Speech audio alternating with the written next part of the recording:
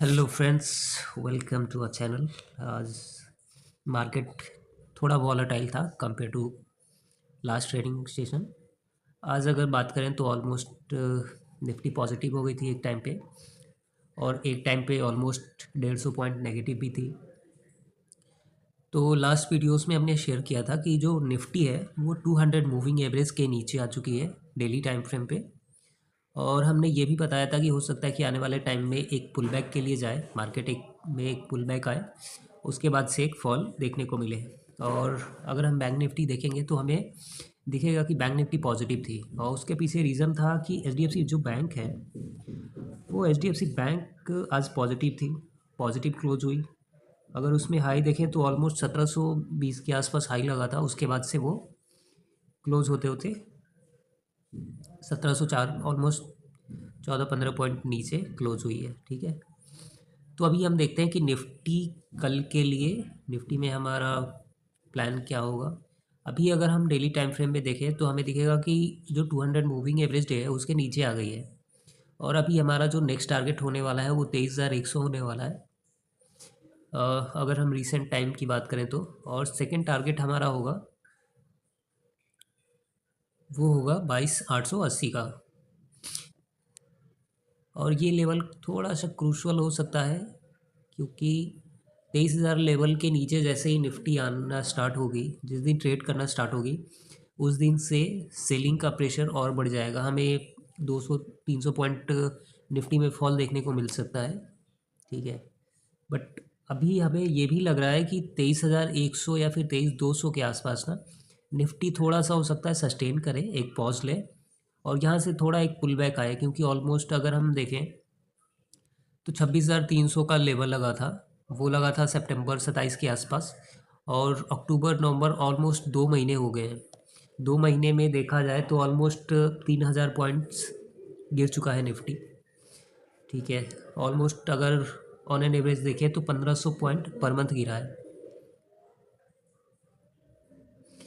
तो अभी हम एक्सपेक्ट कर रहे हैं कि 23,200 और 23,100 के आसपास निफ्टी में एक थोड़ा सा हॉल्ट आए, थोड़ा सा रुके, और फिर वहाँ से थोड़ा सा पुल बैक जाए 23,800 के आसपास। फिर क्या होगा ना, फिर एक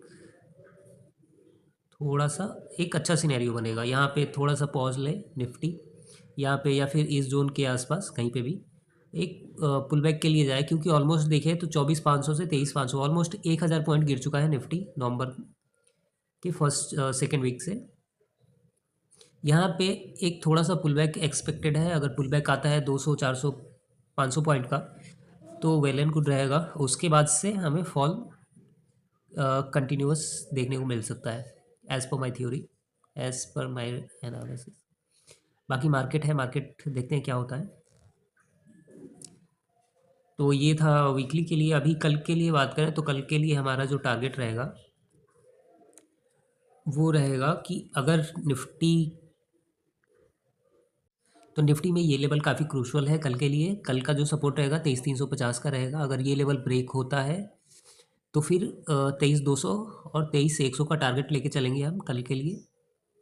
हमारा पहला टारगेट ये होना चाहिए 23,200 का, और दूसरा टारगेट हमारा होगा 23,100 का। अगर रेजिस्टेंस की बात करें तो हमारा पहला रेजिस्टेंस यहाँ पे होगा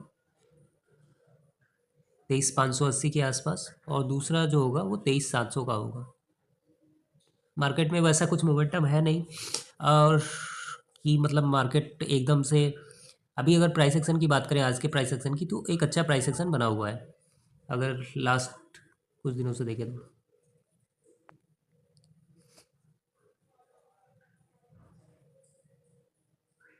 ठीक है, तो मार्केट में एक छोटा सा पुल बैक है आज के दिन का, बट आने वाले टाइम में हो सकता है कि ये जो लेवल है ना ये ब्रेक हो जाए। और जिस दिन ब्रेक होगा, आई मीन कल या फिर वेंसडे को, वैसे भी हॉलीडे है, महाराष्ट्र में इलेक्शंस हैं, तो बैंक निफ्टी की जो एक्सपायरी होगी वो भी मैटर करेगी। तो बाकी हम देखते हैं, कल के लिए हमारा यही रहेगा, एक बार जो 23,350 का लेवल है वो ब्रेक हो, उसके बाद से सेकंड टारगेट हमारा 23,200 का रहेगा, और उसके बाद से जो होगा 23,100 के लिए हम जा सकते हैं। अगर ऊपर के लेवल की बात करें तो ऊपर हम ज़्यादा एक्सपेक्ट नहीं कर रहे हैं, ऊपर हम बस इतना देख रहे हैं कि 23,580 का लेवल टच करें और 23,700 का।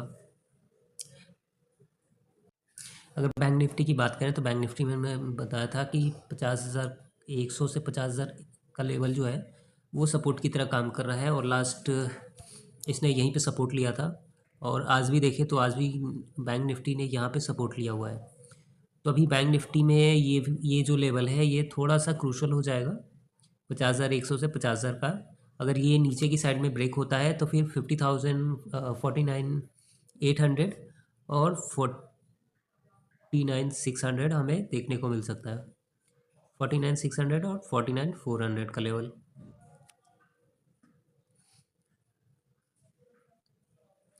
बाकी अगर हम S bank Nifty daily time frame में देखें तो डेली टाइम फ्रेम में इसने सपोर्ट लिया है 200 मूविंग एवरेज के पास में, बट निफ्टी ने नहीं लिया है, निफ्टी में रिजेक्शन आ गया था। निफ्टी 200 मूविंग एवरेज डे के नीचे ही ट्रेड कर रहा है। तो ओवरऑल अगर देखा जाए ना तो आज अगर आपने मार्केट वॉच किया होगा तो आपको पता लगेगा कि आज बहुत सारे ऐसे स्टॉक जो गैस और पावर से रिलेटेड थे, बेसिकली जितने भी गैस के स्टॉक थे सारे गिरे हुए हैं, 20%, 15%, 8% ऐसे करके। Gujarat gas, Adani gas. तो इसके पीछे रीज़न था, मैं एक बार चार्ट दिखाता हूँ आपको। पहले हम इसकी बात कर लेते हैं। बैंक निफ्टी में हमारा कल का टारगेट रहेगा 50,000 का पहला, और सेकेंड टारगेट रहेगा नीचे की साइड में 49,780 के आसपास। अगर हम रेजिस्टेंस की बात करें तो 50,650 के आसपास है, और 50,800 के आसपास। अभी देखते हैं कि कुछ गैस के स्टॉक्स थे जिसमें जेफरी ने बेसिकली उनकी रेटिंग डाउन की है। उनमें जो सेलिंग के टारगेट थे उसको लोअर साइड रखा है। ये गुजरात गैस का चार्ट है डेली टाइम फ्रेम पे, और आपको दिखेगा कि ये 480 के आसपास से ऑलमोस्ट 500 तक गया था, फिर वहाँ से फॉल हुआ था। और फॉल होने के पीछे रीज़न था कि जेफरी ने इनके जो जेफरी क्या है, एक ब्रोकिंग हाउस है एक। वो टाइम टाइम पे क्या करते रहती है कि रिसर्च देते रहती है कि मतलब buying side, selling side targets वगैरह। तो अगर गुजरात गैस देखें तो ये भी 200 मूविंग एवरेज के नीचे ही ट्रेड कर रहा है अभी। अडानी टोटल गैस की बात करें तो ये भी ऑलमोस्ट 2% के आसपास गिरा हुआ था, और ये भी अगर देखा जाए तो 200 मूविंग एवरेज के नीचे ही ट्रेड कर रहा है अगर डेली टाइम फ्रेम में देखा जाए तो ओवरऑल अगर सेक्टर वाइज देखा जाए तो सेक्टर वाइज थोड़ा सा नेगेटिव है अभी। अगर आईटी की बात की जाए तो निफ्टी आईटी भी नेगेटिव ही था, और एक टाइम पे लग रहा था कि मतलब आईटी और फार्मा सपोर्ट करेंगे, बट आज दोनों ही गिरे हुए थे। सबसे ज़्यादा निफ्टी आईटी गिरा हुआ था, विप्रो 5% के आसपास गिरा हुआ था, ऑलमोस्ट 2.5% के आसपास गिरा हुआ है निफ्टी आईटी। तो अभी लगता है कि मार्केट में अभी सेलिंग का प्रेशर रहेगा। हो सकता है कि ये जो प्रेशर है नेगेटिव, मार्केट जो नेगेटिव है ये अभी दिसंबर मिड तक खिंच जाए, क्योंकि लास्ट ईयर भी ऐसे ही था। दिसंबर 3-4 तारीख के आसपास एक बुलिश मोमेंटम आया था, बट अभी लास्ट ईयर क्या था कि लास्ट ईयर एफआईआई ने इतनी ज़्यादा सेलिंग नहीं की थी, बट इस साल कुछ ज़्यादा ही सेलिंग की है। अभी डाटा देखते हैं कि ओवरऑल क्या सिनेरियो है। अगर हम एफआईआई का डाटा देखें तो मंथली बेसिस पे नवंबर में भी इन्होंने ऑलमोस्ट 31,000 करोड़ की सेलिंग की हुई है, और अगर डीआईआई की बात करें तो डीआईआई ने भी ऑलमोस्ट 28,000 करोड़ की बाइंग की हुई है। इनको देख के लगता है कि मतलब एक कहावत है ना, तू डाल डाल मैं पात पात। तो एफआईआई और डीआईआई का गेम ऐसे ही चल रहा है। बाकी अभी एचडीएफसी बैंक की बात करते हैं कि एचडीएफसी बैंक कल कहाँ ट्रेड कर सकता है। एचडीएफसी बैंक की बात करें तो अभी 100 मूविंग एवरेज डे के आसपास इसने सपोर्ट लिया हुआ है, और जहाँ हमने कल मार्क किया था कि एक जो ट्रेंड लाइन है उस पर सपोर्ट लिया हुआ है, तो जस्ट उसके ऊपर क्लोज हुआ है एचडीएफसी बैंक। अगर 15 मिनट टाइम फ्रेम पे हमें देखें तो हमें दिखेगा कि हमने एक्चुअली 1700 का एक सपोर्ट रखा था। मार्केट एक टाइम पे 1700 के नीचे आई थी, बट उसके ऊपर क्लोज हुई है, जो कि अच्छी बात है। और अभी कल की बात करें तो कल के लिए हमारा जो सपोर्ट रहेगा नीचे के लेवल पे वो रहेगा 1690 के आसपास। और अभी हम टारगेट ऊपर की साइड में देखें तो ऊपर की साइड में हमें टारगेट दिखेगा। ऊपर की साइड में हमें 1740 ही दिख रहा है अभी हाल फिलहाल के लिए। ये एक है 1730 का और 1740 का। इससे ज़्यादा ऊपर अभी HDFC बैंक जाता हुआ नज़र नहीं आ रहा है। ठीक है, बाकी अभी देखते हैं रिलायंस कैसे ट्रेड कर सकता है, क्योंकि रिलायंस भी 200 मूविंग एवरेज डे के नीचे ही ट्रेड कर रहा है।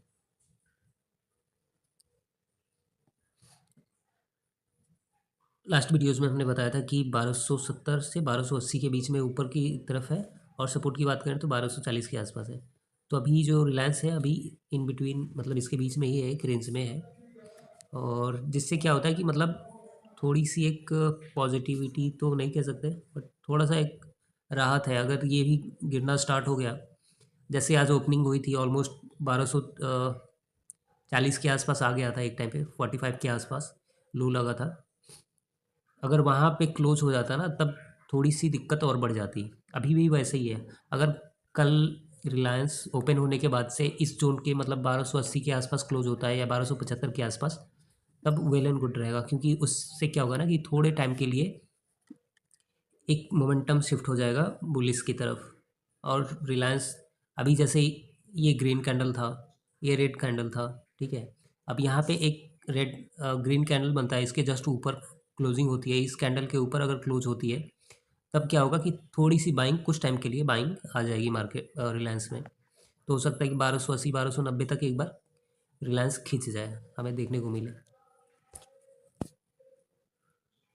बाकी आज के लिए इतना ही। और आज एक्चुअली मार्केट नेगेटिव होने के 2-3 रीज़न थे।